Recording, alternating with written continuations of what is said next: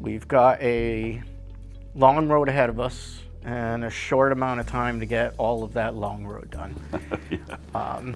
Obviously, our customers are ahead of the game. Since 2016, we've been doing NIST assessments for our customers, so they've already been moved, you know, a good chunk of steps towards it. And the ones we've had compliant, have compliance issues, requirements, we've always been on top of those as well, doing the yearly audits with either the government or whoever. And we have independent auditors that also look at these to make sure our controls are all in place. And we've had to periodically change our cyber-stack offerings as products that we've aligned with in the past fall in or out of compliance, or, you know, so that's something we have to look at as well.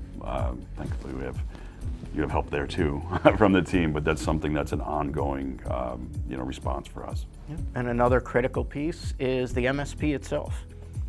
We do a lot of training, and in that training, they insist that you are to the highest level of your highest customer. So a lot of MSPs don't actually extend those security models to themselves.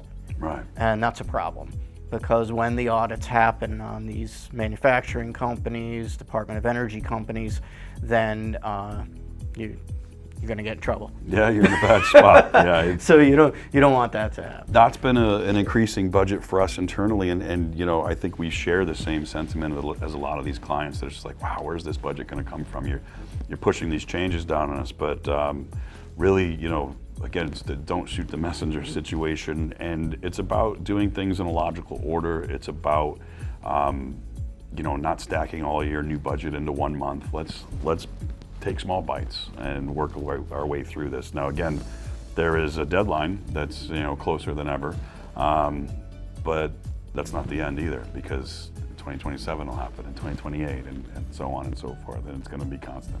Well, and we also have to understand that compliance and certification is not just for the construction industry, Yeah. right? We have a variety of customers in a variety of different fields. So in our insurance fields, we have to be up to standards on Sarbanes-Oxley, and we've got to be able to pass an audit for Sarbanes-Oxley. For our medical customers and doctors' offices, dentists' offices, etc., those people HIPAA, yeah. have to be HIPAA compliant, and it's not a small thing, because they'll lose their insurance altogether if they're found to have that. So we not only have to keep up with CMMC and NIST as the base, but our engineers are also trained in Sarbanes-Oxley, HIPAA, any of the requirements that are there. And we do have customers out of the country, so GDPR is also important for us to maintain compliance with, or they won't be able to do business over in the UK or any of Europe. Again, that's all great information, and you know, it's a lot to swallow. You know, if anyone that's out there is watching this video and you know, looking for a company that understands these things better than maybe who they're with now, I'm hoping that this conversation, you know, paves that road to a bigger conversation.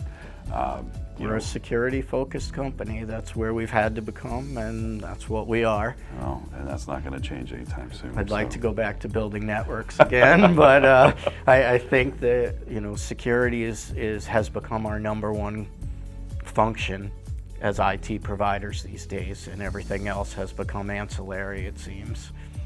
Well, on that note, I thank you for all you do and keeping us current, because without you, we'd have fallen long behind in Connecticut. So I appreciate you. All right. And thank you for joining me today.